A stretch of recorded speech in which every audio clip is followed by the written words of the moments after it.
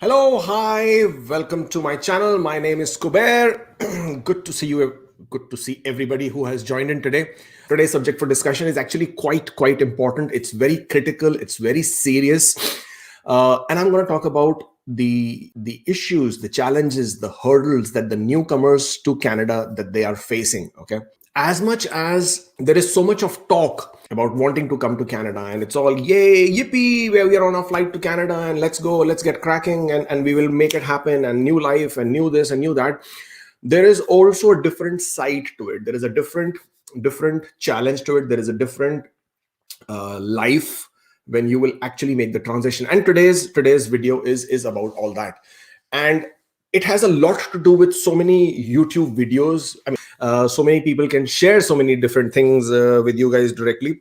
But that has also led to some misconceptions. That has also led to those feelings and thoughts that this is how it is going to be. So whether it is the stories or videos posted by student community, international students who are in Canada, and I said this in my last video also, right? So they post their videos that they have now, they are arrived, baby, and they have got this new Mustang and they have got this new Jeep and they've got this new beautiful looking spanky car. The thing is, it's not the story of every international student. The problem is because a few of them glorify that to such an extent that all the other students start envisioning the same thing. Similarly, the same thing goes with the new immigrants, right? So those are great insider perspectives of individuals who have now, who are now sharing their life with you, which gives you, who have not yet come to Canada, a great insight into what life looks like. The problem is that what you are seeing for majority of them is a better side of things. In most cases, a few of them will also show you a bit of hardships and will also discuss their hardships, but most of them are only excited to share their better things in life. So they found their job. You'll hear the job stories. They found their apartment. They found they bought the new car, and the storyline is pretty much of success.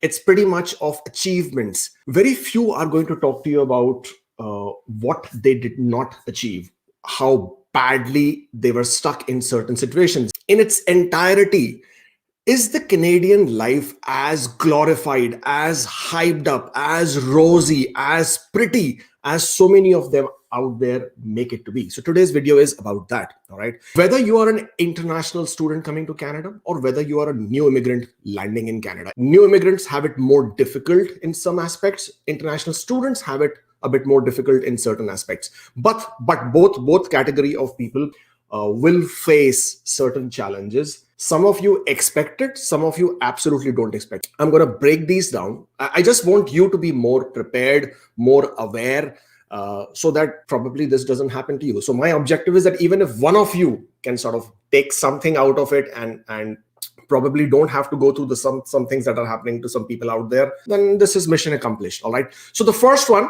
is this, the cultural shock. I mean, there are so many of you who are coming to Canada who never ever traveled outside their country. Their expectations, their anticipation and their anxiety level is totally different. All right. Not only is it that you're now finally coming to Canada, it's going to be an absolute cultural shock for you. Because if you haven't traveled internationally outside India, outside Pakistan, outside Bangladesh, outside Nepal, whichever country you might be from, it doesn't matter. All right. When you will arrive in Canada, it is going to be an absolute transition, and it's going to be like an immediate transition. A lot of you are not prepared for it mentally, and you're not anticipating certain things. So it's a cultural shock. Some people take it very, very well. Some people, love the excitement that comes with it, and some people do not. The intimidation happens very quickly, right? They start feeling somehow less equipped to handle those situations. They start feeling that they are not up there. And this is mainly noticed as far as the international students are coming. All right. The international students, if they're coming fresh out of the school, so they finish the school, they're going to come to Canada to complete their, or rather start their graduation. you will notice a lot with them. They may have not traveled internationally before. This could be their first international travel ever.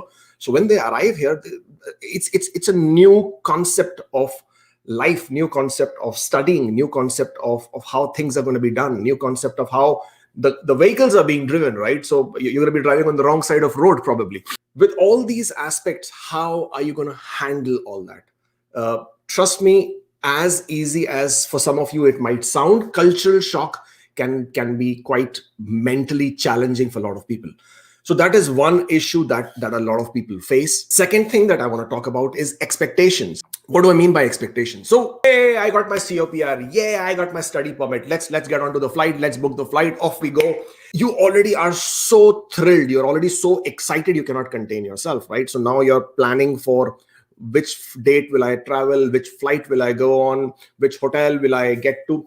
And obviously, while you're doing this, you are sharing this news with your friends, with your family, with your peers, with your colleagues, probably some of them in Canada, probably most of them back wherever you are, and you are just pumped up.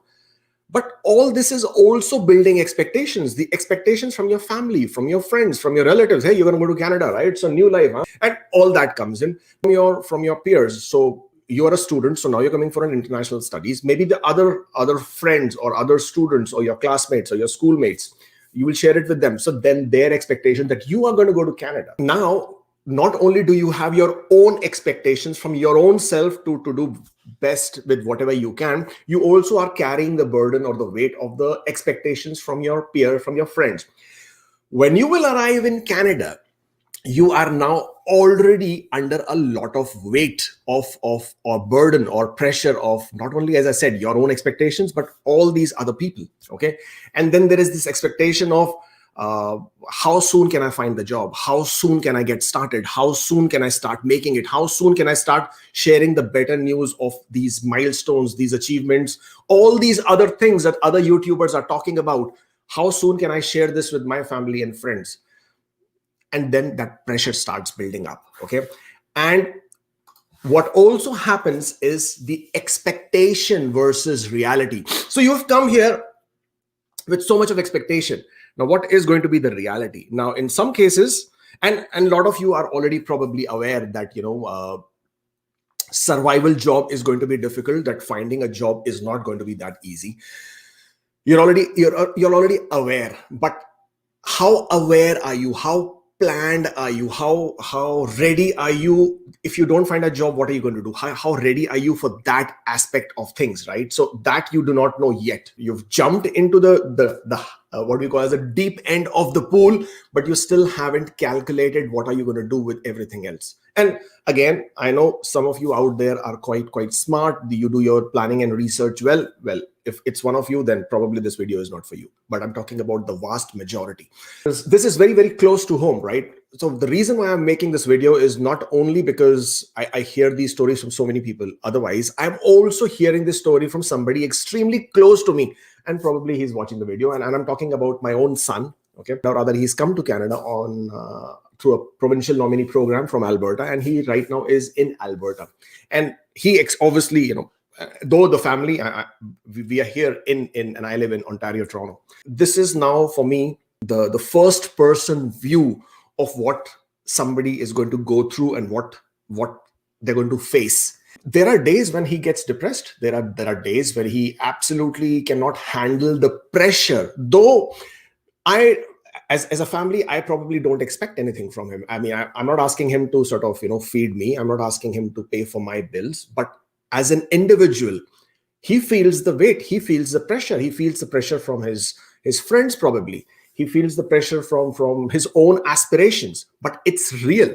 And the expectation that you had that you will land a job like this, survival job can be, gotten like this. And there are these listings you will check, the Craigslist, the Kijijis, the Facebook groups, and boom, you will land a job and it's not going to be a problem. Reality might not be the way you have anticipated.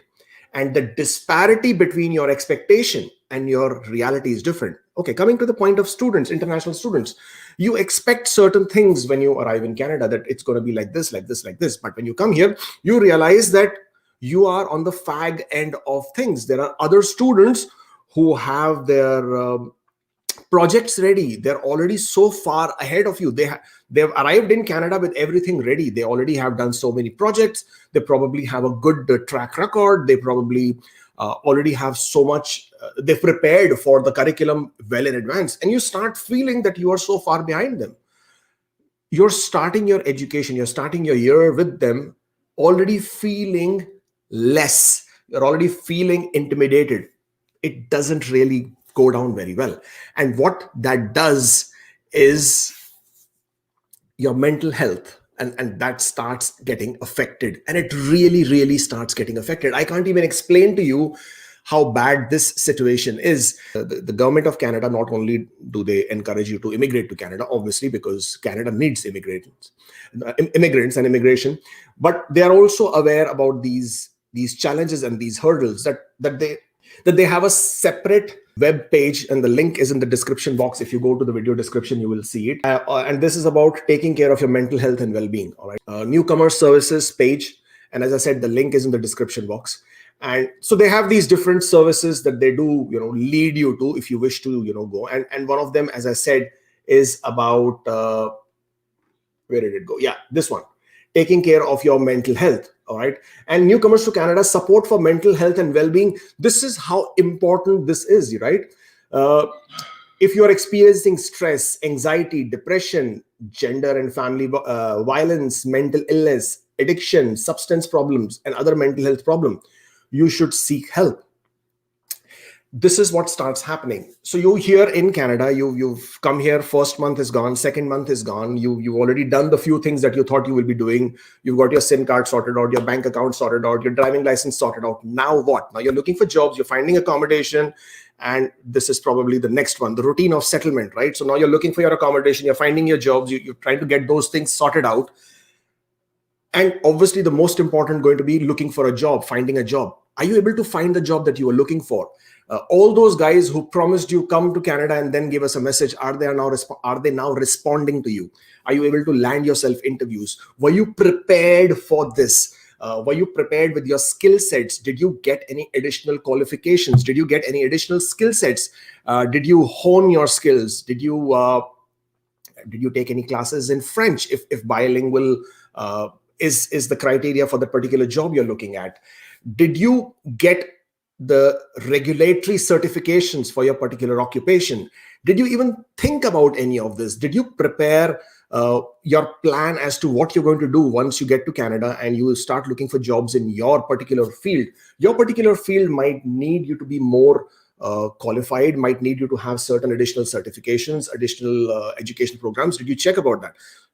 Now you will find that when you start doing that, it feels like a mountain you're trying to climb, because Canada does not recognize most of the certifications which are not Canadian in terms of the occupational regulatory body certifications or the license to practice certifications, right? If you haven't checked on this earlier, now when you come to Canada and that's when you figure it out, suddenly it feels like a huge mountain you got to climb, because for some occupations, it might take you years before you can even think about appearing for the regulatory exam. Okay. Dentists is a good example. Lawyers is a good example, right? It will take them some time to get to that level where they can actually appear for the examination and pass the exam. So what are you going to do in the meantime? Okay, I'm going to do Uber. Fair enough. I'm going to do DoorDash or skip the dishes is kind of a Swiggy kind of a services in Canada. I'm going to do that. I'm prepared for it. I'm absolutely, pumped up. Hey, but before you do that, you need to get a driving license. Oh, yeah. Okay. I will go and get a driving license. So you go to the driving test center, you get your initial driving thingy done. And then you realize you got to take classes. Then you understand that you now start pumping in money. Now you got to take classes means it might not be that easy for you, because not only do you need to pass the road regulations test and the signal test, which is quite easy, but you also need to pass the road test. Now the road test basically means if you are not coming from a background which has similar driving conditions, you might find this to be quite a task, right? You're not used to looking at the stop sign and stopping your car. You're not used to it because it never registers. Even if the stop sign was there in your car, in your country, it never registered. Small things, but you were not prepared for it. Now, this takes time. While it's taking time, you can't find the job that you're looking for. because you can't Uber, you can't DoorDash, you can't do these survival jobs which you thought you will do, because you do not have the driving license yet. After you get the driving license, then you need to get the car. Is getting a car easy? Yes, of course. Just go to any second-hand car dealer, buy a car, not a problem. Are you willing to shell that money out in cash? No, you're not. I will take it on installments. Is the bank willing to give you the installments or the installment plan or on finance? No, because they want to see your credit score, which you don't have because you just landed. So are you getting the gist of what I'm trying to say? This is where things start building up, right? So now you can't get a car, you can't get that job that you were thinking you get it that easily. The way to your preferred occupation is steep hill.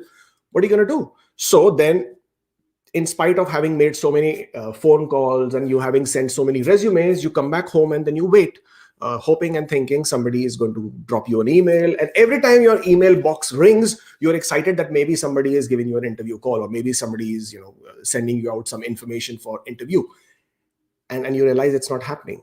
So 1 month pass, 2 months pass, 3 months pass, and your now anxiety levels, stress levels are rising, because you are already dipping into your proof of funds. If you're a new immigrant, or if you were a student, by now you would have started studying, but now you also have a different set of issues. If you are right now in Canada and studying, means you're doing online studying, which you may not be used to again.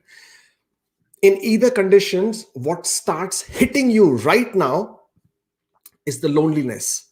All right. You start going through that period where you absolutely miss your family and your friends and your comfort zone. Keep in mind that initial anxiety, that initial thrill and the excitement of coming to Canada is now gone, long gone. It's not there anymore. Now, this is the grind of your initial days. This is the grind of your real life, which has now started, which you did not anticipate, which you did not prepare or plan. This is, my friends, what is going to cause issues. And again, I'm talking about mental well-being, and this is why it is so much more critical. You cannot take it lightly. This state that sets in at this point of time, whether you're lonely, whether you're depressed, whether you start feeling that you are less than everybody else, whether you start having those feelings, you feel extremely demotivated. You could probably get addicted to something. I mean, as it is, people get addicted to television shows and the reality TVs and the Netflixes, etc. You will get addicted to your mobile phones if you not already are. I mean, in today's day and time. But in addition to that, Canada, obviously, we have cannabis stores across the street in so many places. You could very quickly get onto the substances, all right? And that addiction can happen. And then the alcohol addiction can happen. And those things then further amplify the issue that you are already surrounded with. Thankfully, and the reason why I'm saying thankfully is because some people are better off avoiding this. And what I'm trying to say, thankfully, is that the nightclubs and the bars are closed right now due to COVID. And mainly for students who anticipate that part of life with freedom and in the whole student life at this point of time, because they cannot do this. That is the money saved, and that is the habits saved. If you can, don't get me wrong, I've done it all. I'm not trying to judge you in whatever ways. I'm just saying for some, it's a small portion of you out there, this is probably good thing. All right. Obviously, the bars and the nightclubs, the owners over there, they are not very happy about it, because obviously their business is suffering. But that's not the point. The point I'm trying to make is, right now you can do without any distractions. You can do better without having to go through these issues that you might otherwise face, especially with students. So what do you do? Right? And that is where the whole thing boils down to. So what the hell do you do? Socials. All right. You have to socialize. Humans as inherent nature, we are all social animals. You have to make friends. All right. And I'm saying this to those people mainly who are out of their countries for the first time. And there are so many of you out there who have never traveled internationally. Or even if you have traveled internationally, it's probably for that one small trip to Dubai, or a small short trip to Thailand, or a short trip to Maldives, or a short trip to Sri Lanka, or a short trip to Nepal. Trip as a visitor, as a tourist, is far different than actually living in a different country. All right. The reality of life is totally different. As a tourist, you're living in a hotel, somebody's cleaning the house for you, you got the breakfast, you got the lunches, you got the dinners, and you're just there for the fun of it. The real life is nothing like that, right? The real life will show you the reality of what it means to grind. All right. And this is where it all boils down to. If you have not, so some of us are all coming to Canada because we already have a network of friends and family, and we can all fall back on them, and we can those people will help us with so many things because they already have the experience of how to get certain things done. They probably will also have influence in finding a job. They will probably be there for you on the weekends if you want to sort of get some things done. The car then becomes not of an issue because they can help you commute to certain places. So family and friends are very, very supportive, even when you're feeling low and down and you think, you know what, I don't want to do this Canada. I think it's not for me. I was better off there. Kam wali bai aati thi, she would really do all the dishes, and here I have to do the dishes. I have to cook. I have to clean. I mean, what do I do in one day? How much can I do? All that, can become really, really stressful. So family and friends and your network then helps you navigate through this. They'll tell you it's fine, it's okay. They will be able to help you motivate yourself and get out of. They will probably share their stories as to what they did, how it happened to them, and how, and you probably feel better about it. So building that social network, building that circle of friends is so important that I can't even stress this enough. The sooner you develop it, the faster, the better it becomes. The problem is, because of COVID now, it's not as easy. I mean, you cannot go out and meet people. There are restrictions, there are lockdowns, the groups and the meetup groups are not happening, and they sort of put a bit of a stop. However, that should not stop you from seeking networks outside, whether it is your peer-to-peer network. What I mean is professional network. In things like LinkedIn and all, which is also excellent for networking and finding your job, getting help with your career, with your options in your occupation. The problem is people are always asking. So for example, I will get tons of join requests. In most of them, they're all asking for something. Similarly, when you connect, so let's say you want to work for Walmart, just hypothetically speaking. So you're going to go on LinkedIn and you're going to find this person's who is the Walmart's let's say territory manager, area manager, HR manager, talent manager, hiring manager, whatever, and you simply click and you want to add that person to your network so that you can then send him or her that resume of yours, and then start that. The minute you ask that person to be connected with you, you are then sending a request, the join request, and then immediately after that you send your resume. Do you know how many people are doing this? How irritating it is for a person on that position to get so many of these when he or she is not asking for it. It doesn't work like that. All right.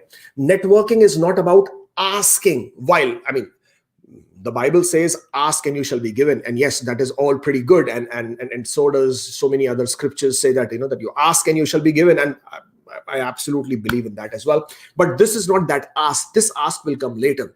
Right now is the time to give. If you start giving, that's when you can receive as well. But the first step to receiving is to give. You start giving and then you can start receiving. What are you giving in that relationship of networking? Have you ever thought about it? Why should anybody network with you? All right, you send me a request. Why should I network with you? I want to think about my benefit. I want to think, I'm selfish. You are selfish, right? Why should anybody network with you? Where is the symbiotic relationship there? You're not offering anything. So please, when you try to connect with people, when you try to do this networking, all right, you go to networking gatherings and everybody's trying to give you their business cards. Hey, you know what? I'm a realtor. You want something? Give me a call. And you know what? I am an insurance broker, and here's my card. I am not interested. All right. It's what are you giving in that relationship? I'm not saying that you will have something to offer to an HR or a hiring manager in any particular company out there. But you cannot start that relationship by asking straight away. All right, that person is not interested. So you have to find a way. All right. Instead, let me give you something which I tried and it worked wonderfully well with me. Okay, I was trying to network with somebody really high up in the corporate ladder, and I'm talking to you some time back. And I understood this principle that you cannot start sending your resume, you cannot start asking, and you will probably not get a response at all. Instead, I spoke to that, or rather, I exchanged my note with that person by saying that I have followed your work. I absolutely love what you do. I am doing a project on this particular subject, and I was hoping if I can buy you lunch, I can buy you coffee, so I can pick your brains so that I can do my project better. All right. Now, what have I done? I have obviously complimented the person. I have told the person I have researched. I am now not asking that person to, take me. I'm only saying that I want to pick your brains. I want to share, or rather, I want to get the benefit of their intelligence. This is a different ask. All right. In 6 out of 10 cases, you will get a positive response, unless that person is whatever, or that person is busy with their life or things in general. Then it's a different matter. But in most cases, the person would be happy to help you with your project. That project then becomes my first step of relationship. After doing the project, I share my project report with that person saying, thanks to you, I was able to do this, and this. I have started a relationship. After a few probably back and forth. I'm not trying to manipulate here. Don't get me wrong. I'm not saying how to this is not the way to manipulate this. This is to effectively build a symbiotic networking relationship. This is not to manipulate a relationship. After a few exchanges, meaningful exchanges, where that person also finds some value, you see, that person may be in a position where I cannot really give him that value or her that value, but maybe that some little value that I can add. If I can add to them, then it becomes a symbiotic or a meaningful relationship. From there on, that person can then decide to keep extending that, or I go back and forth. And at some point of time, if that company, if that person is in a position to help me out professionally, whether it's finding a job or giving a reference or leading me to somebody else who can then give me a professional break, well, that's what networking is all about, right? You start creating a web of such network, of such people, such contacts out there, and something somewhere will match, something somewhere will click, and that's what's going to get you that break. This is my personal opinion, my personal experience. I'm just sharing that with you. You may have a different trick, you may have a different tip, but yeah, that's something which you can look at doing. Make friends, definitely make friends. Join social groups, join networking groups, join or invite people out for coffee or tea, or buy them lunch.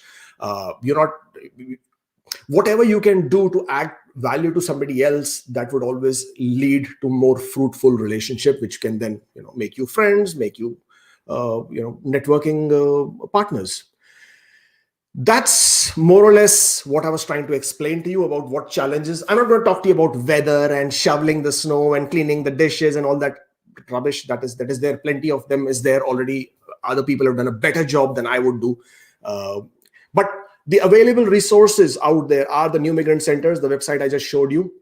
The link is in the description box. There are several societies. If you're in a professional society, there are several societies that are going to be helping you or can help you. The clubs are there, right? The networking meetup groups are there. If you're in Canada already, then you can go to the Eventbrite website. They have several meetups and events happening all the time. There are so many support groups, whether it's on Facebook, on social media, and likewise, for example, YMCA is there, YWCA is there, right? And similarly, there are so many NGOs and groups who can help. Start by volunteering with them. All right. Think about volunteering with these groups. It's good to build a network. It's good to build friends, and it's good to get a lot of information. All of this helps. You are interacting with more human beings. The more you will interact, the more you get out, the less your stress levels are going to be, the more better you will feel about yourself, about the life, and it will start. Your journey will start. And the idea is that, right? Starting your journey, the more smoother, the more faster, the better your journey starts, the more you start feeling better. And hopefully then, you will not have any issue leading forward. But in this whole scenario, this is one thing which you need to really work upon, and probably do this before you even come to Canada. So you probably have not come to Canada. You might sort of take some time before you come to Canada. And right now, with the given circumstances where PPRs are not being finalized, COPRs are not being finalized, COPRs are not being extended, well, this is the time. This is the time where you are still waiting for your study permit to be approved. You've got AIP, which is approval in principle. You don't know what the hell is happening. Guys, this is the time. Plan. I cannot repeat this enough, all right? And then research, and then research, and then research. I cannot repeat that enough as well. The more you will plan, the more you will research, the better informed you will be, the better aware you will be. And today's video is to help you do that. It's basically a nudge. It's just a nudge to you guys to sort of get onto that track and start doing this. Because the more, you cannot, the only time you plan to fail is when you have failed to plan. All right. That's the mantra that everybody gives you. So do plan. Know your first week. What are you going to do day by day? Know your second week. What are you going to do day by day? Know your first month. What are you going to do? Know your second month, third month. Prepare, plan, research, have everything on a notebook, on a computer, on a spreadsheet, on an Excel. The more step-by-step prepared you are, I swear, you trust me, and you can ping me later on and tell me if this did not work for you. You will know exactly where you're going. You know exactly where you're heading. You will know exactly what to do. If A, B, and C does not work out, then what is going to be the D, E, F that you're going to do? You will be so much in a better place, because God forbid if something did not work out or is not working out, it won't bother you so much because you are aware about it and you've already done some other things to compensate if something like that happens. So I can't stress this enough. Plan and research, and that will hold you really well.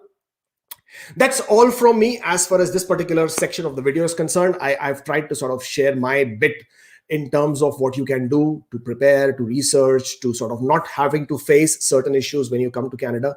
Mental health, as I keep saying, is extremely critical. If you are facing any such issue, then you should seek professional help. It's extremely important. Don't ignore it, because it's your life after all. All right. Again, if you haven't subscribed to this channel, then you must. I do not know what you guys are waiting for. Do subscribe button is here, I think. Here. Yes, subscribe button is here. Do like, do share, and then I will see you next time. Hopefully we'll do this again. Until such time, I'll see you next time. I keep saying see you next time. So such time, stay safe, and yeah, do what you guys do.